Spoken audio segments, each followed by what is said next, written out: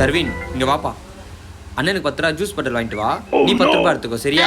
நான்லாம் வரமாட்டேன். நீ வேற யாராச்சும் பாத்துக்கோ. நான் ஒன்னா போட்டாடா. வேணாம், நீ மட்டும் போயிடாத. அன்னைக்கு என்ன ஆச்சு தெரியுமா?